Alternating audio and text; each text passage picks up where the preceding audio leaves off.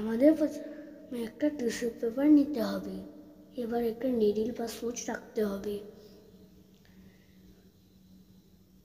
দিয়ে কাঠি দিয়ে টিস্যু পেপারটাকে হালকা হালকা করে টিপতে হবে, সুচের উপর নয়, সুচের উপর একদম ভারী না পড়ে আস্তে আস্তে টিপতে হবে।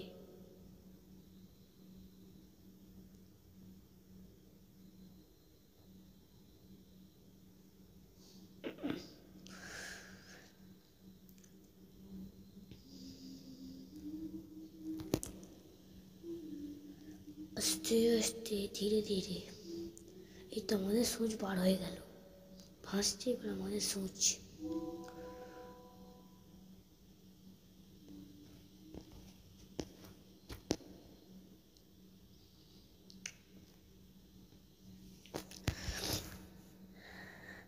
সুচটার উপরে কিন্তু ভারী কিচ্ছু দেবো না, তাহলে সুচটা ডুবে যাবে।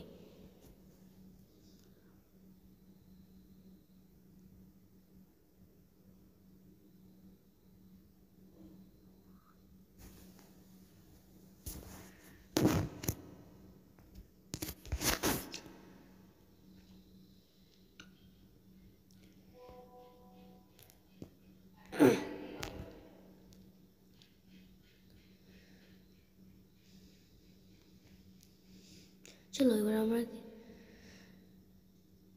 সুচ কি করে ডুবাবো শিখবো, একটু দাঁড়াও।